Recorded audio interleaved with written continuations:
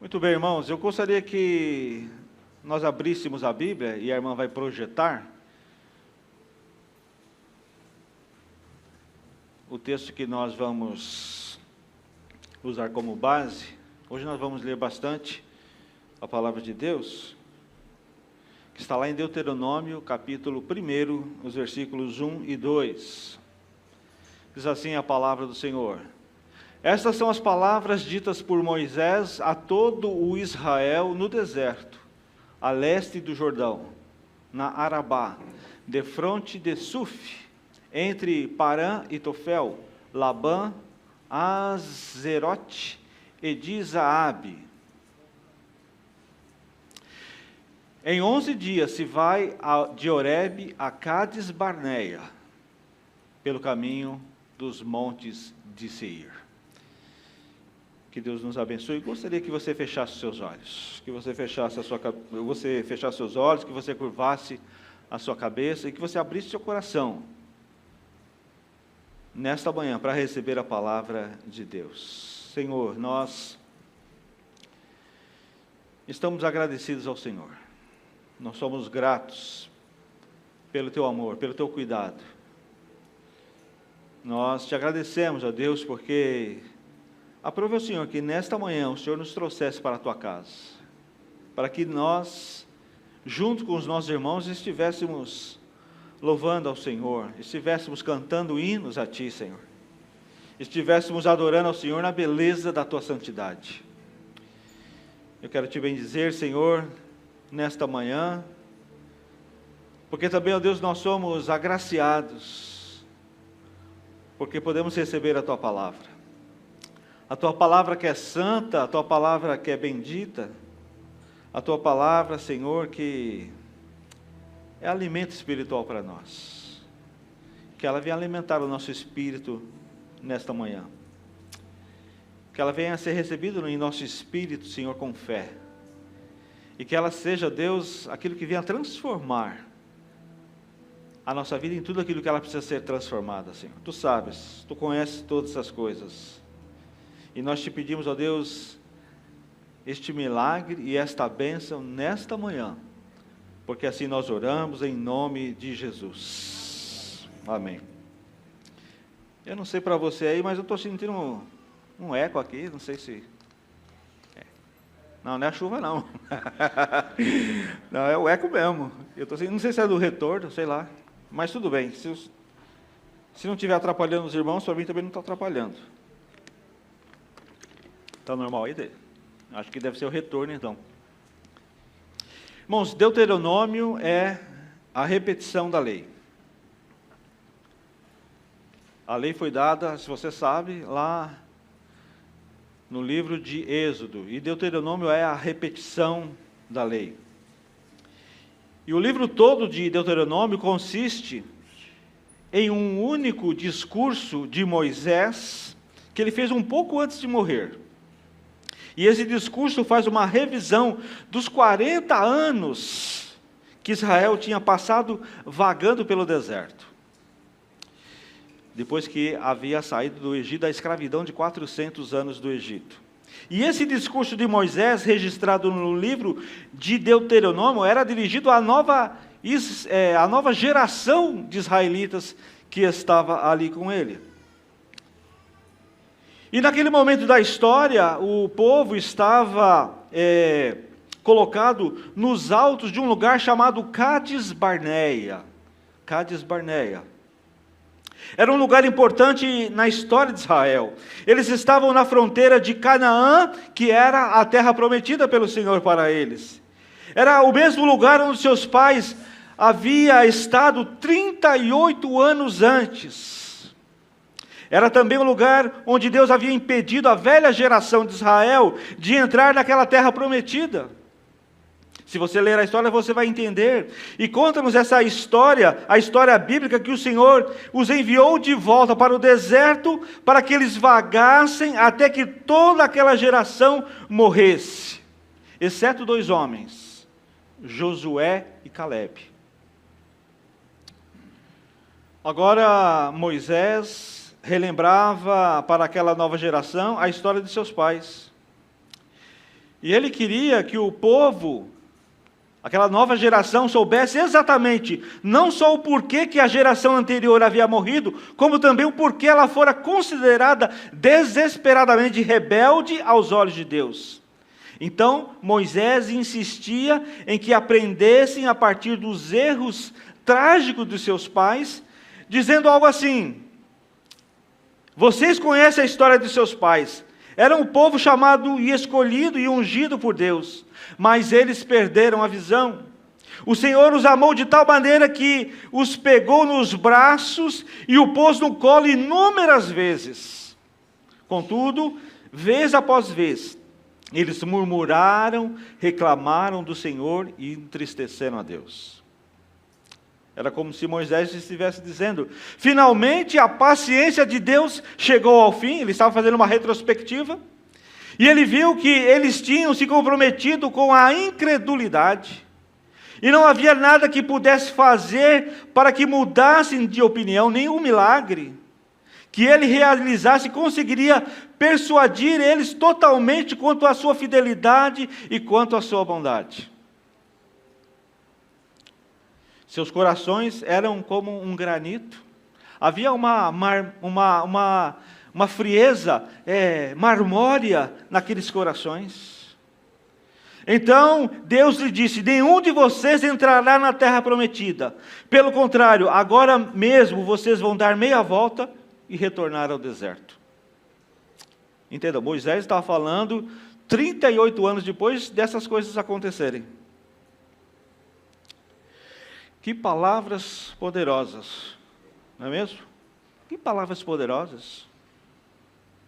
Eu duvido que tenha alguém aqui que seja capaz de ouvir essas palavras que Moisés estava dizendo e não tremer nas bases. Eu duvido que alguém, qualquer um de nós aqui, ao ouvir essas palavras poderosas, não tenha tremido da base. Se você pensa que o Senhor estava dirigindo essas palavras apenas para aquelas pessoas, você está redondamente enganado. Moisés não estava falando apenas para a nova geração de israelitas, ele também estava se dirigindo a cada uma da geração de crentes que se seguiram, incluindo todos nós hoje, incluindo a mim, incluindo a você, incluindo a igreja.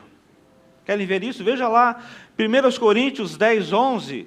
Essas coisas aconteceram a eles, ele está falando lá do povo, como exemplos, Paulo escrevendo, né, irmãos? Essas coisas aconteceram a eles como exemplos e foram escritas como advertência para nós, sobre quem tem chegado o fim dos tempos. Sabem, amados, o que Moisés estava querendo mostrar ali? Ele está tentando mostrar o perigo da incredulidade. Diga assim, incredulidade.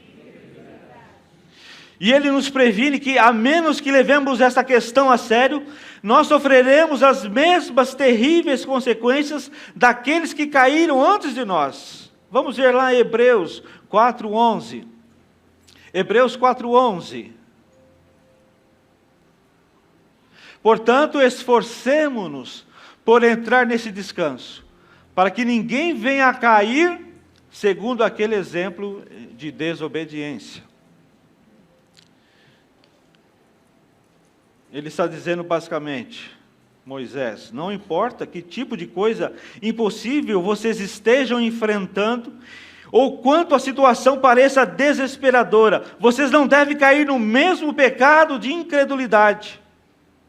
Paulo dizendo, caso contrário, irão acabar em um deserto terrível como eles, e vagarão por ele. Não se engane, irmãos, a incredulidade faz exatamente isso com as nossas vidas. Exatamente isso.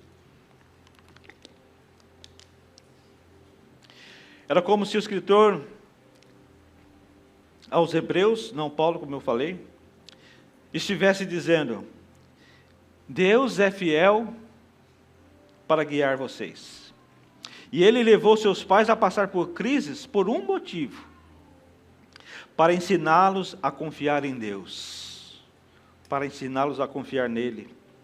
Ele queria um povo inabalável na fé. Eles deveriam sair do deserto com uma fé aprovada, uma fé pura como ouro. Ele queria que fosse um testemunho para o mundo de bondade de Deus para com o seu povo. Acredito, amados, que a nossa geração tem aceito este pecado de incredulidade com uma leviandade muito grande, como que se não fosse um pecado. E agora mesmo estamos vendo os trágicos resultados. Eu vejo muitos crentes atualmente cheios de depressão e inquietude. Claro, amados, muitos sofrem essas coisas por razões físicas, por causa da química cerebral, mas muitos outros suportam tal sofrimento devido à sua situação espiritual. É provável que a depressão de tais pessoas seja o resultado desse desagrado de Deus, com essa incredulidade contínua. Mas esse seria um tema para um outro assunto, para uma outra mensagem. Entende, irmãos? O Senhor sempre usa uma linguagem forte ao se referir à incredulidade no meio do seu povo. Ele usa termos como ira, termos como cólera, abominação, até tentar a Deus. Moisés levanta esse ponto ao lembrar aos jovens israelitas. Quanto a isso, veja lá Deuteronômio 1:31. Também no deserto vocês viram como o Senhor, o seu Deus, os carregou, como um pai carrega seu filho, por todo o caminho que percorreram até chegarem a este lugar. 34 e 35. Quando o Senhor ouviu o que vocês diziam, irou-se e jurou. Ninguém dessa geração má verá a boa terra que jurei dar aos meus antepassados. Moisés, então, amados, passa a descrever aquele erro trágico dos pais, aquele terrível erro que eles haviam cometido lá em Cádiz Barneia, quase 40 anos atrás. Aconteceu pouco após a travessia do Mar Vermelho. Deus havia ordenado que Israel avançasse ousadamente até Canaã, e lhes havia dado poderosas palavras de segurança. Vejam lá Deuteronômio 1:21. Vejam, o Senhor seu Deus põe diante de vocês esta terra. Entre na terra e tomem posse dela, conforme o Senhor, o seu Deus, o Deus dos seus antepassados, lhe disse. Não tenham medo, não desanimem. Agora veja também 29 e 30 de Deuteronômio 1. Então eu lhes disse, não fiquem apavorados, não tenham medo deles. O Senhor, o seu Deus, que está indo à frente de vocês, lutará por vocês. Diga assim, lutará por mim. Lutará por mim. Ele lutará por vocês diante de seus próprios olhos, como fez no Egito. Amados, que promessa incrível de Deus. Talvez você não entenda isso, mas era uma promessa maravilhosa de Deus. Era uma promessa incrível do Senhor. Nenhum dos seus inimigos conseguiria enfrentá-los. Veja lá Deuteronômio, capítulo 7, versículo 24. Ele entregará nas mãos de vocês os reis dessas nações, e vocês apagarão o nome deles debaixo do céu. Ninguém conseguirá resistir a vocês até que os tenham destruído. Amados, o que aconteceu? O povo se encheu, de fé, o povo se encheu de ousadia, o povo creu na palavra que foram ditas, as palavras que foram ditas para ele, e eles foram lá, e eles obedeceram a palavra de Deus, e eles foram para cima, que nem dizia lá um diácono na igreja que eu pastoreava em Fonte Áurea, ele fala assim, nós vai para cima. Nós vai para cima. E aí, eles foram ousadamente para cima. Não, irmãos. Não foi isso. Olha que palavra maravilhosa. Eu vou entregar na mão de vocês todos os reis dessa terra. O Reinaldo está ali. Reinaldo, Deus abençoe a sua vida.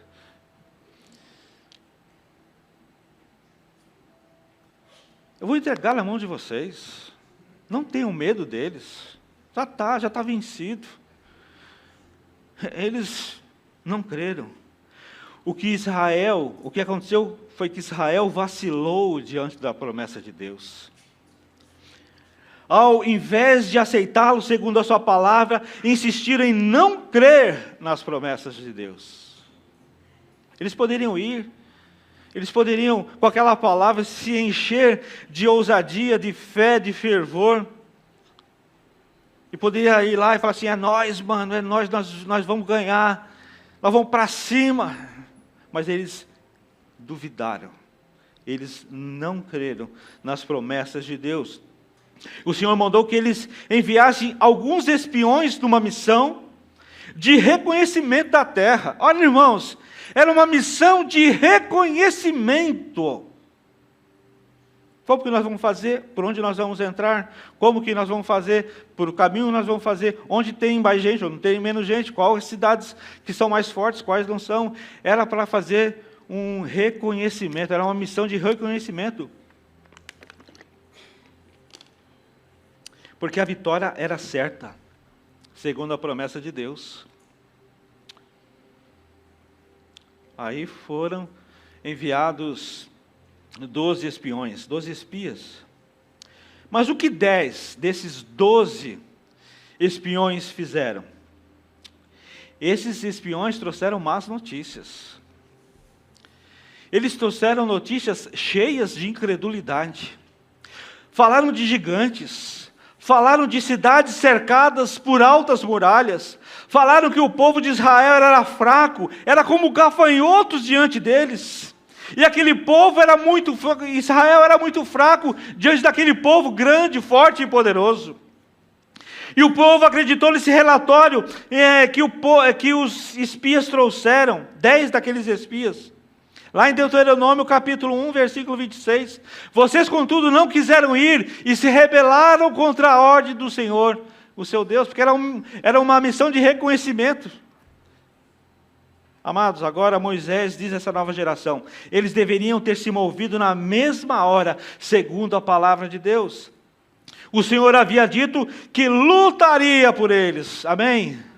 O Senhor havia dito que lutaria por eles, mas eles se rebelaram. Dá para você ver o que aconteceu com esta velha geração? A aceitação do relatório daqueles espiões sobre a terra de Canaã foi um ato, amados, de incredulidade. E quando esses espiões estiveram lá, foram influenciados por Satanás. Ficaram sujeitos à mentira do inimigo, porque não haviam seguido a palavra de Deus. E assim voltaram ao acampamento como instrumentos do diabo. Após ouvir o relatório maldito, o terror se espalhou e o povo agitou os punhos contra Deus, acusando: o Senhor nos abandonou. Ah, Deus, o Senhor nos trouxe aqui para nós morrermos. Porque vamos enfrentar gigantes. Porque vamos enfrentar uma coisa que nós não podemos enfrentar. Poucos meses antes, esse mesmo povo havia sido separado por Deus, tornado especial aos olhos de Deus, e milagrosamente foram salvos, mas agora o acampamento todo se via confuso. Eles perguntavam entre si: será mesmo que Deus está conosco? E logo começaram a chorar pelos seus filhos. Os nossos filhos vão morrer de fome nesse deserto, Senhor. Ah, Deus, o Senhor nos odeia. Moisés lembra aqueles jovens israelitas das acusações dos pais. Lá em Deuteronômio 1, 27, assim diz a palavra de Deus: queixaram-se em suas sendas, dizendo: o Senhor nos odeia. Por isso nos trouxe do Egito, para nos entregar das mãos dos amorreus e destruir-nos. E a primeira lição que eu percebo aqui, amados, é que Cades Barnea é onde Deus leva todos os seus filhos para o teste definitivo da fé. Cades Barnea é o local da coisa assumidamente impossível aos olhos humanos. A própria palavra vem da raiz hebraica que significa fugitivo, vagante, aquele que vaga. Resumindo, se você tomar a decisão errada aqui, acabará vagando pelo um deserto.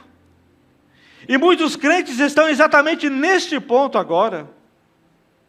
Deus deu a eles suas promessas da aliança.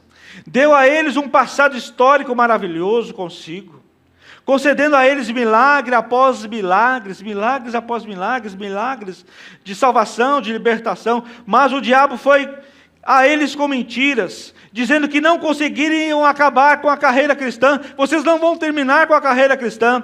O diabo os convenceu de que eles não eram bons o suficiente, de que Deus ainda estava zangado com eles devido aos pecados passados, e que Deus nunca os perdoaria. Me diga uma coisa, meu irmão, você também começou a aceitar essas mentiras na sua vida? Você acha que Deus irá falhar com você quando a sua crise chegar? Se é assim, então em algum ponto no seu caminhar você deixou de aceitar a Deus segundo essa palavra dele. Você não agiu segundo o comando de Deus? E o que que foi verdadeiro para Israel, amados, é também verdadeiro para você, amém? O que é verdadeiro para Israel também é verdadeiro para nós. O teste que você enfrenta em Cades Barnea, num Cades Barnea espiritual, estou dizendo aqui, irá determinar o curso dos seus anos restantes, se você não se arrepender e crer no Senhor. Como Israel, você tem sido carregado nos braços de Deus. Como Israel, você tem sido carregado nos braços de Deus. Em meio a um deserto terrível. E ao olhar para trás, você pode recordar as tremendas provações que você enfrentou, os dolorosos fracassos que você suportou. Você passou por lutas que jamais pensou que você pudesse superar. Mas Deus foi fiel com vocês em cada uma delas. Eu tenho certeza disso. Deus foi fiel com vocês em cada uma delas. Toda vez Ele misericordiosamente se inclinou diante de você e te levantou. E agora você pode dizer assim: Deus nunca falhou comigo, amém? Deus nunca falhou comigo. Estou aqui hoje pela sua graça. É verdade, Deus me pôs em seus braços, do jeito que o pai coloca nos seus braços, coloca no colo o seu filho. Ah, que maravilhoso, irmão, saber isso. Querido meu irmão, você creia que há uma terra prometida à sua frente. Há uma Canaã espiritual para você. Da mesma forma, da mesma maneira que havia para Israel. Mas vamos ler lá Hebreus 4:9. Hebreus 4:9 diz assim, assim ainda resta um descanso sabático para o povo de Deus. Amém? Ainda resta um descanso. Deus o salvou para levá-lo a um lugar de repouso. Quem crê nisso? Eu quero dizer para você, Deus o salvou para levar você para esse lugar de descanso, esse lugar de repouso. Mas que lugar é esse, pastor José Roberto? É um lugar de fé e de confianças inabaláveis diante de Deus, diante do Senhor. É um lugar de dependência, é um lugar de confiança nas promessas de Deus. Nessas promessas de que Deus cuidará de você em meio aos seus períodos mais difíceis. É isso que nós somos chamados, amados, para um lugar de descanso. Mas para chegar a este lugar de descanso, para você chegar a este lugar de repouso, você primeiro precisa passar por Cades Barnea. E chegando lá, você estará face a face com uma batalha tão intensa, que superará tudo que você já viveu até hoje. Acredite, você vai viver também um Cades Barnea. Porque há inimigos, há gigantes, há altas muralhas, há coisas que parecem totalmente insuperáveis. Eu digo, parecem. E você precisa submeter totalmente a sua confiança no Senhor para prosseguir. Há quantas pessoas a gente vê que chega a Cades Barnea e desiste? Ah, mas eu não estou dizendo que vai ser fácil. Não estou dizendo isso. Eu estou dizendo que é totalmente possível se você crer e se você confiar no Senhor. Amém? Amém?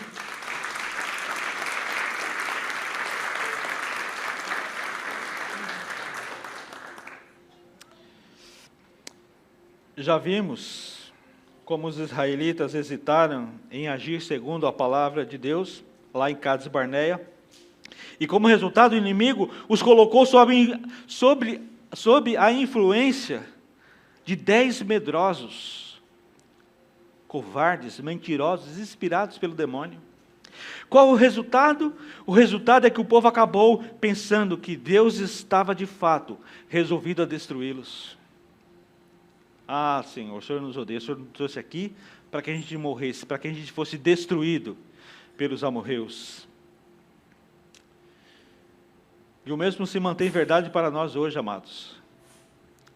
Quando nos recusamos a agir rapidamente em cima das promessas de Deus, nós nos abrimos a espantosas mentiras do nosso inimigo. E essas mentiras têm o objetivo de destruir a nossa fé. O inimigo quer que pensemos que Deus nos deixou lutando sozinhos. Nos diz que as muralhas à frente são altas demais, que não tem como escalar essas muralhas para a vitória. Diz que vamos fracassar, que todo nosso caminhar com Jesus Cristo foi em vão. É cochichado nos nossos ouvidos que não adianta continuar, que é melhor desistir. Eu digo para você o seguinte, amados, é por isso que Deus sempre quer que a gente haja rapidamente segundo a palavra dEle. Amém? Que a gente venha agir rapidamente segundo a palavra dEle. Ele não quer que o nosso inimigo tenha a chance de nos assaltar com mentiras. Mas alguém pode pensar assim, eu nunca iria acreditar que Deus me odeia, pastor. Como vou achar que o Senhor esteja a fim de me destruir? Mesmo assim, se ouvirmos as mentiras do inimigo, é exatamente isso que acabaremos dizendo. Deus me levou para uma situação impossível. Não há sinal dele estar arranjando uma saída para mim. No entanto, ele diz que não permitiria que eu suportasse algo acima das minhas forças. E agora mesmo estou passando, aquilo que eu estou passando é mais do que eu posso suportar. Se você não crer, se você for dominado pela incredulidade, quando chegar os seus momentos difíceis, você vai falar assim, Deus me abandonou. O Senhor falou assim que eu iria suportar tudo que viesse, mas eu não estou suportando. Tais pensamentos, amados, são acusações diretas contra Deus. Esses pensamentos acusam Deus de não estar conosco no meio do sofrimento. E vemos novamente essa incredulidade de Israel, quando eles chegaram a um lugar chamado Refidim. Era o local mais seco do deserto. Era um outro lugar de crise. Logo o povo começou a agonizar de sede. E uma vez mais, perderam totalmente a confiança em Deus. Lá em Êxodo, capítulo 17, versículo 7, diz assim, e chamou aquele lugar Massá e Meribá, porque ali os israelitas reclamaram e puseram o Senhor à prova, dizendo, o Senhor está entre nós ou não? Está vendo, irmãos? Incredulidade.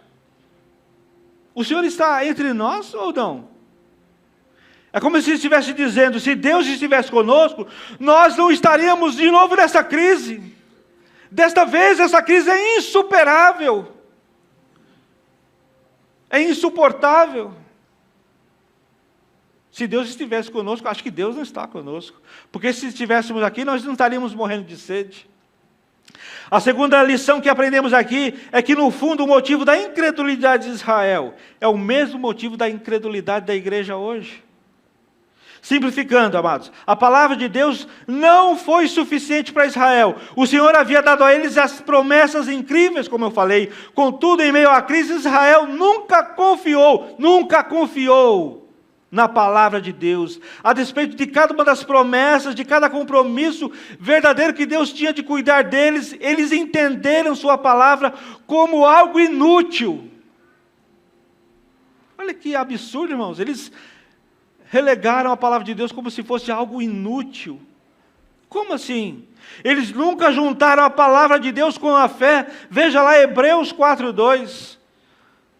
O escritor de Hebreus diz, pois as boas novas foram pregadas também a nós, tanto quanto a eles, Mas a mensagem que eles ouviram de nada lhes valeu, pois não foi acompanhada de fé por aqueles que ouviram. A palavra de Deus, amados, precisa ser acompanhada pela nossa fé. Amém? Senão, a gente vai considerar a palavra de Deus inútil. Em vez disso, amados, o povo sempre pediu uma nova palavra de Deus. Vemos isso no questionamento que eles fizeram. Deus está conosco ou não?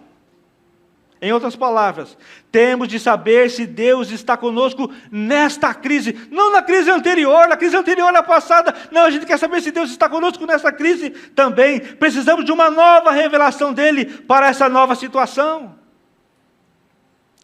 E eu pergunto a você, como alguém poderia esquecer tão rapidamente tudo aquilo que Deus havia feito por eles?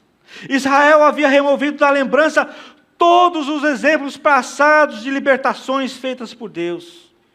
Eles jamais permitiram que os atos sobrenaturais passados do Senhor edificassem a sua fé. E quando chegava a crise, ele falava assim, será que Deus está conosco de novo? Será que Deus? Isso é tentar a Deus, irmãos. Mesmo assim, amados, a despeito dessas acusações contra Deus, o próprio Deus proferiu uma palavra para Israel. Ele instruiu Moisés a lhes dizer, então eu disse a vocês, não fiquem apavorados, não tenham medo deles, o Senhor, o seu Deus, que está indo à frente de vocês, lutará por vocês. Diante dos seus próprios olhos, como ele fez no Egito, o texto que nós lemos no início. Ora, essa promessa não era nova, Deus estava apenas reafirmando o que já havia dito ao seu povo. Lá em Êxodo 14:14, o Senhor lutará por vocês. Então somente acalmem-se. O Senhor lutará por vocês. Apenas fiquem calmos. Deus estava lembrando o povo, eu disse para vocês no Egito que eu iria à frente. Disse que habitaria em seu meio. Disse que lutaria por vocês contra todos os inimigos. E Deus havia feito exatamente conforme Ele havia dito. Deus os havia livrado de todas as vezes, a cada provação, Deus havia livrado. Vez após vez, Deus havia dito a eles, eu estou com vocês, eu vou lutar por vocês. Agora então, apropriem-se desta promessa e não a esqueçam. Mesmo assim, aqui estavam eles em Cádiz Barneia, tremendo diante do inimigo e se concentrando na sua própria fraqueza. Entenderam, irmãos? Eles estavam concentrando na sua fraqueza e não na palavra de Deus. Finalmente, raciocinaram assim, nós não estamos capacitados para irmos contra eles, depois do relatório dos espias. Mas isso era duvidar escandalosamente. Não era só duvidar. Era duvidar escandalosamente de Deus. Duvidar do chamado de Deus para as suas vidas. Duvidar que Deus havia enviado aquele povo. Duvidar da presença de Deus no meio deles. Isso era uma incredulidade, amados, escandalosa. E você pode achar que nunca vai reagir dessa maneira. No entanto, muitos cristãos hoje dizem coisas similares. Dizem assim, Senhor, Tu estás realmente comigo? Eu não vou perguntar, mas quantas pessoas já fizeram essa oração? Esse questionamento a Deus. Sei que o Senhor me prometeu, mas isso é verdade mesmo, Senhor? Está na sua palavra, mas será que é digna de confiança? Posso confiar no que o Senhor disse, Deus? Preciso novamente ouvir algo novo do Senhor. Preciso de uma nova palavra, por favor, me dê um pouco mais de segurança.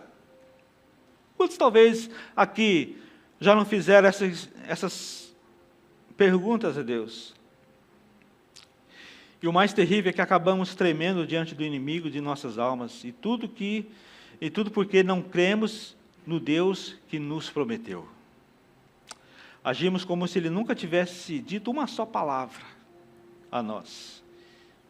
E é precisamente aí que nós tentamos a Deus.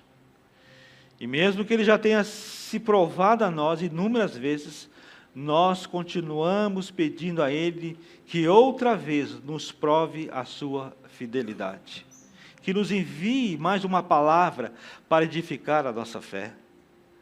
Mas Deus dirá apenas uma palavra: creia no que eu disse.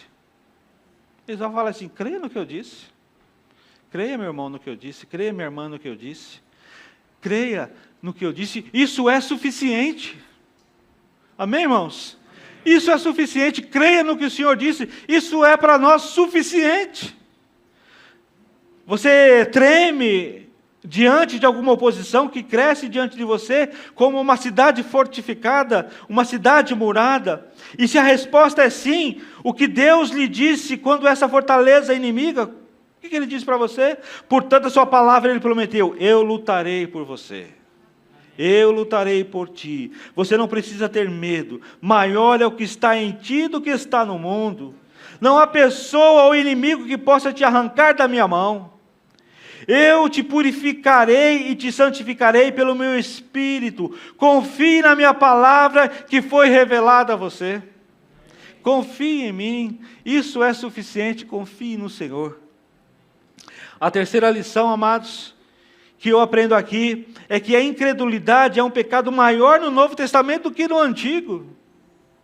O Senhor Jesus veio como profeta e operador de milagres, a sua própria casa, que era Israel. No entanto, somos informados que não realizou muitos milagres ali por causa da incredulidade deles, como está lá em Mateus capítulo 13.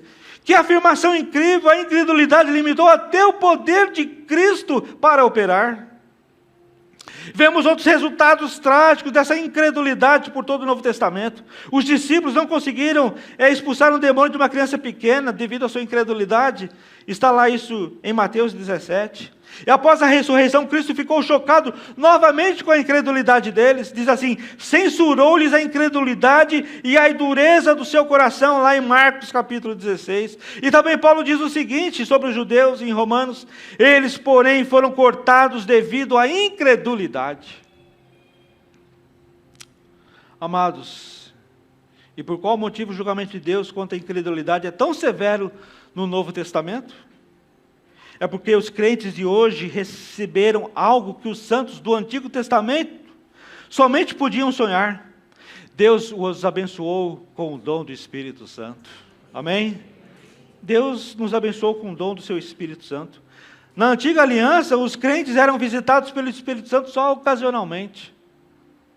Eles tinham de ir ao templo para experimentar essa presença do Senhor.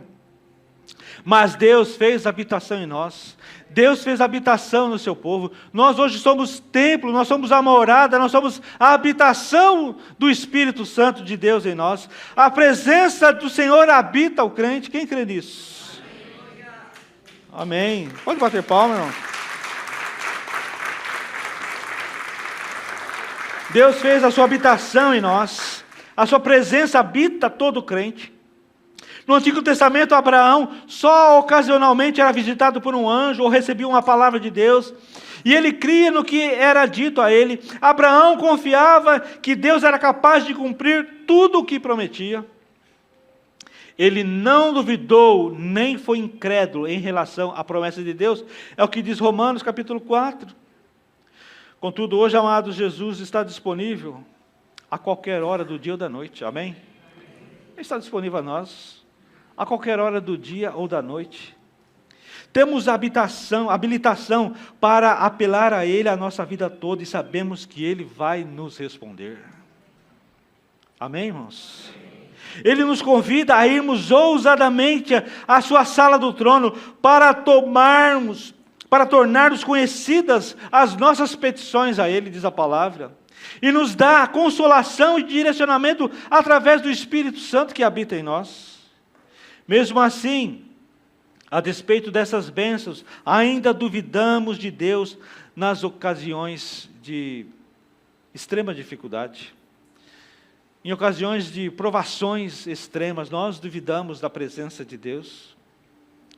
Jesus repreende essa incredulidade dizendo lá em Lucas 18, 7 e 8: acaso Deus não fará justiça aos seus escolhidos, que clamam a Ele dia e noite? continuará fazendo-os esperar? Eu lhes digo, ele lhes fará justiça e depressa.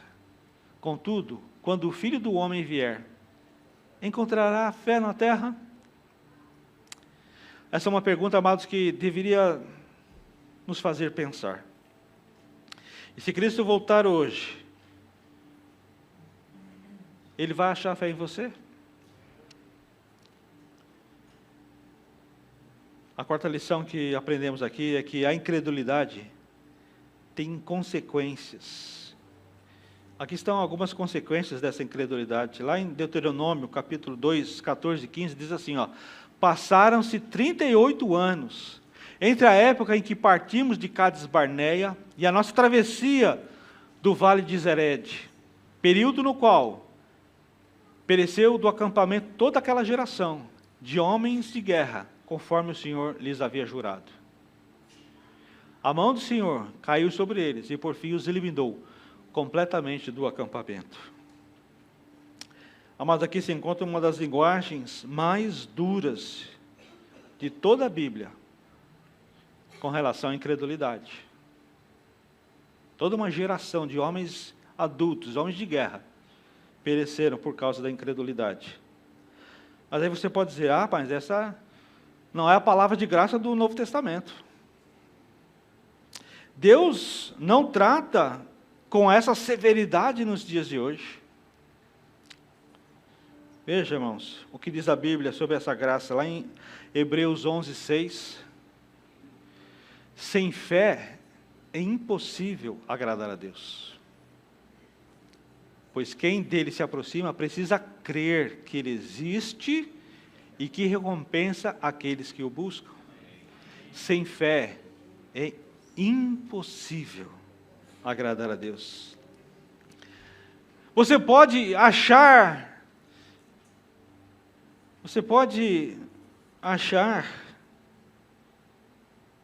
que Deus se agrada com a sua incredulidade?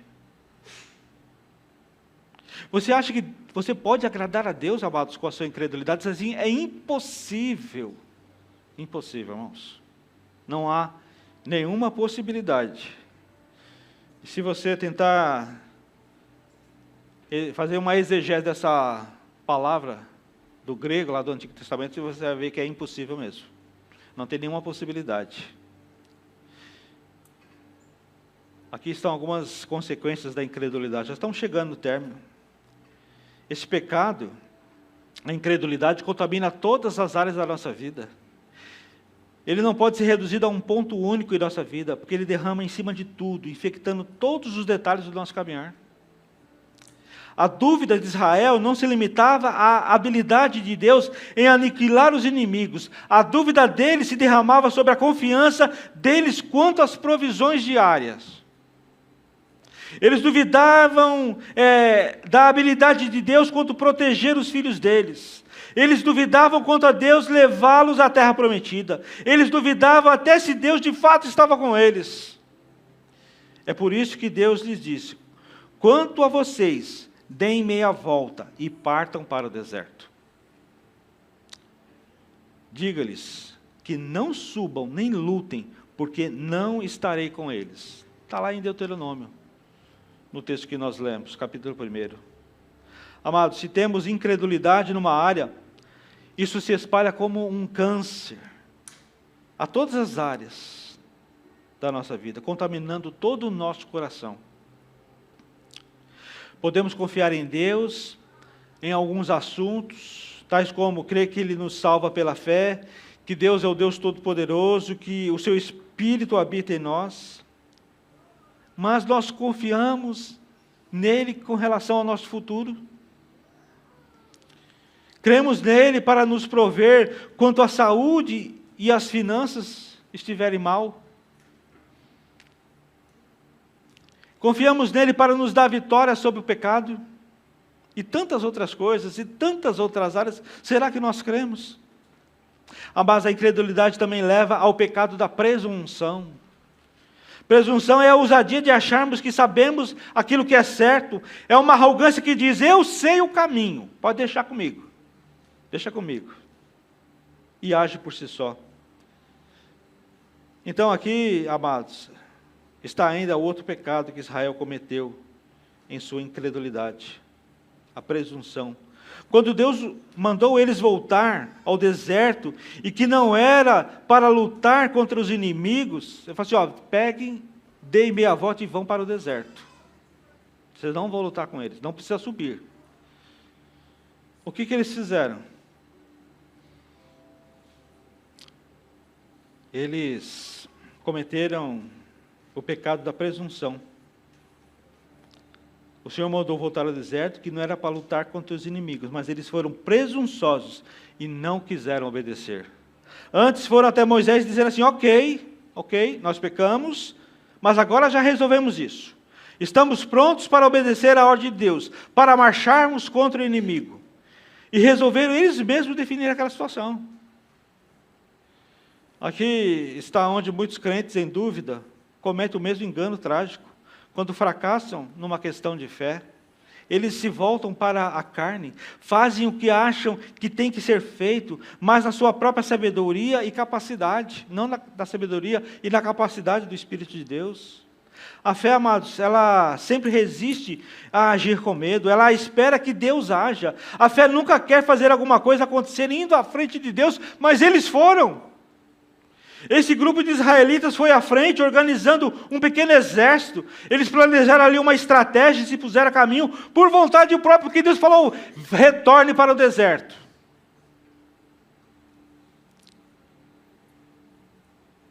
E quando os inimigos viram, eles perseguiram os soldados israelenses, como um enxame de abelhas, diz a palavra de Deus.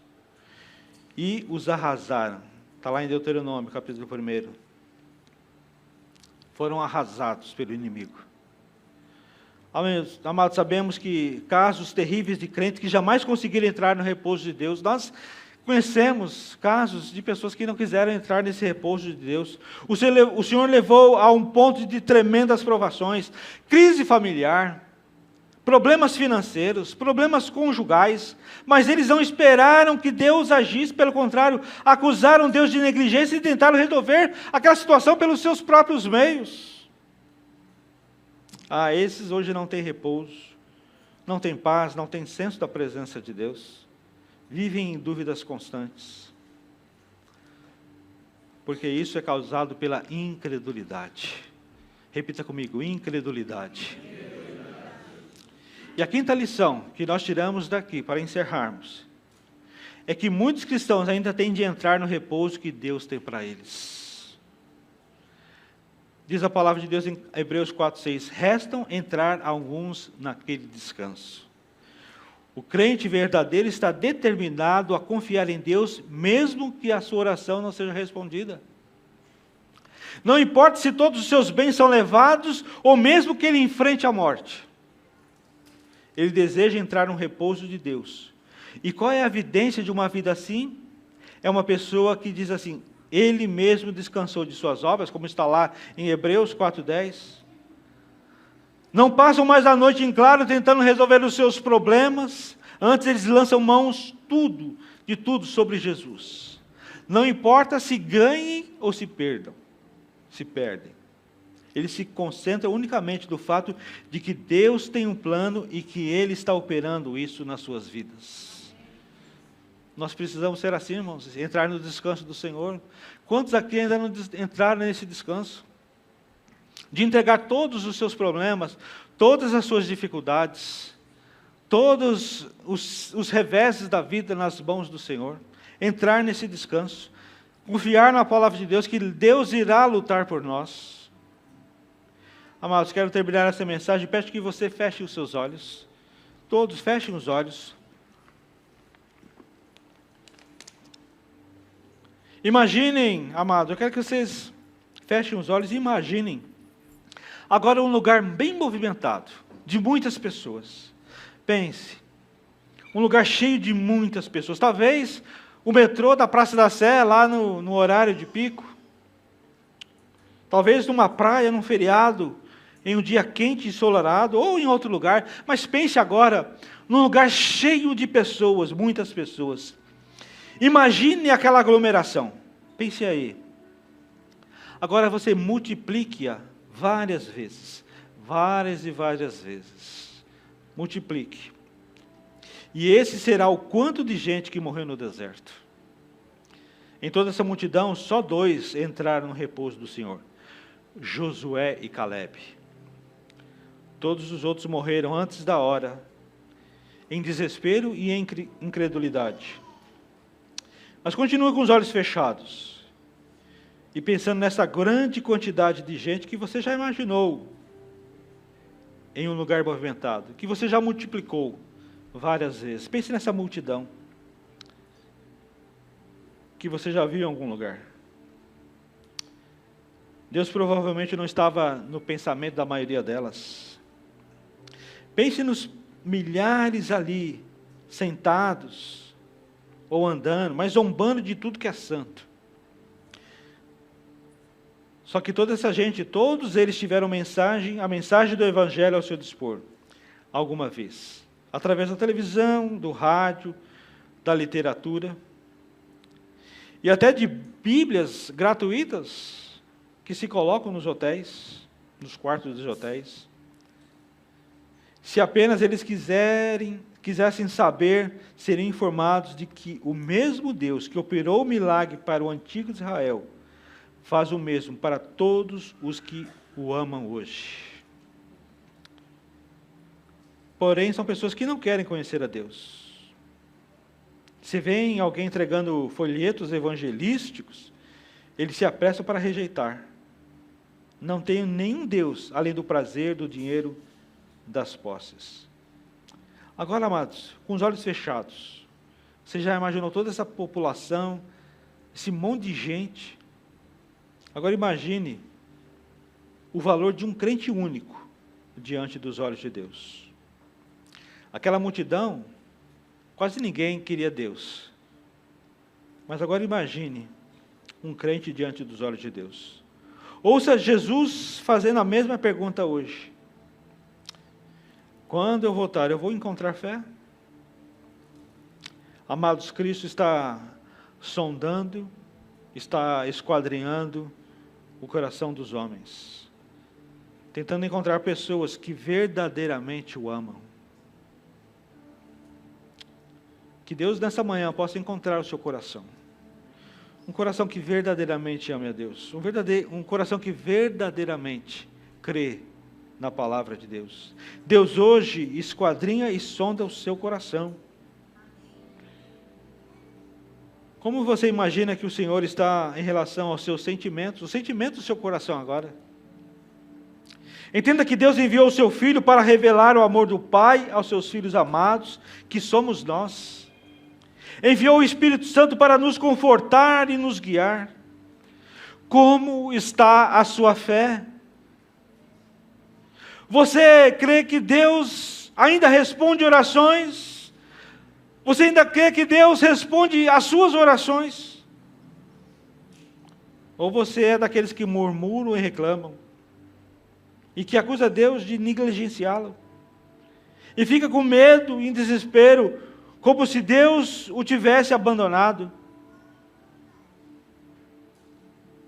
Talvez como aqueles que fraquejam na hora das lutas, como aqueles que não confiam em Deus, quando chega o momento da turbulência, quando precisam confiar suas famílias, seus empregos, seus futuros nas mãos do Senhor. Amados, o Senhor quer curar você hoje da sua incredulidade. O Senhor quer curar hoje você de toda a sua incredulidade. Ele faz promessa de que Ele vai lutar por você as suas lutas. Ele faz a promessa que Ele pelejará por você, que Ele não te abandonará na hora da sua batalha. Pelo contrário, Ele sempre estará contigo. Essa é a promessa de Deus para você. Está na sua palavra. A sua palavra, amados, é digno de confiança. O que você vai fazer hoje? Qual a sua decisão hoje? O Senhor vem a cada um de nós perguntando: você crê em mim? Você confia em mim? Você crê que eu lutarei por você ao seu lado? quando eu vier, encontrarei fé em você? Como você responderá ao Senhor nesta manhã? Como você responderá? Eu queria que hoje se colocassem de pé aqueles que querem ser curados da incredulidade. Se alguma coisa tem atrapalhado sua vida, se você não crê em algumas coisas que a palavra de Deus diz, eu queria que você se colocasse de pé. Não se preocupe, todos estão de olhos fechados. Se coloque de pé nesta manhã como um ato de fé, um ato profético de fé nesta manhã, de que o Senhor vai agir na sua vida, de que o Senhor vai curar a sua incredulidade. Nós sabemos que hoje Deus já curou pessoas no físico, mas hoje Ele quer curar no seu espírito. Ele quer fazer um milagre na sua vida hoje. Se você tem essa dificuldade muitas vezes de crer no Senhor, de crer na sua palavra, eu queria que você começasse aí a orar. Começasse a, em nome de Jesus, expulsar toda a incredulidade da sua vida, da sua mente e do seu coração. Tudo aquilo que às vezes a palavra de Deus diz para você, mas você tem dificuldade em crer. Tem dificuldade em sentar quando chegam as crises, quando chegam os problemas, quando chegam as horas difíceis da sua vida. Você retrocede, você volta para trás, você não crê. Eu tenho certeza que Deus hoje vai fazer um grande milagre na sua vida. Que você nesta manhã vai crer. Que em nome de Jesus toda incredulidade será curada. E que você vai sair daqui regozijando, você vai sair daqui hoje crendo na palavra de Deus. Crendo que Deus lutará por você. Crendo que você vai se entregar diante dele e ele vai lutar as suas lutas, vai pelejar as suas pelejas, vai batalhar nas suas batalhas, vai fazer você mais do que vencedor, por meio de Jesus Cristo. Eu queria que você orasse. E depois nós estaremos orando aqui, abençoando a vida de vocês. O Ministério do Louvor vai tocar aqui, cantar uma música, e depois nós estaremos orando. Mas enquanto isso, vá orando, vá buscando a Deus, vai Deus, pedindo: Deus, me cure de toda incredulidade. Porque, irmãos, eu sei que Deus tem grandes coisas para fazer esse ano nessa igreja. Eu creio, não sei se você crê, mas eu creio. Mas para você viver tudo aquilo que Deus tem para fazer nesse lugar, neste ano, nesta igreja, você precisa crer. E você precisa, em primeiro lugar, ser curado da sua incredulidade. Eu creio que Deus vai fazer grandes coisas aqui, mas você precisa, em primeiro lugar, ser curado da sua incredulidade. Se você não crê, peça a Deus, me ajude a crer. Tira essa incredulidade de mim, Senhor. Tira de mim, Senhor, eu preciso crer. Eu preciso confiar em Ti.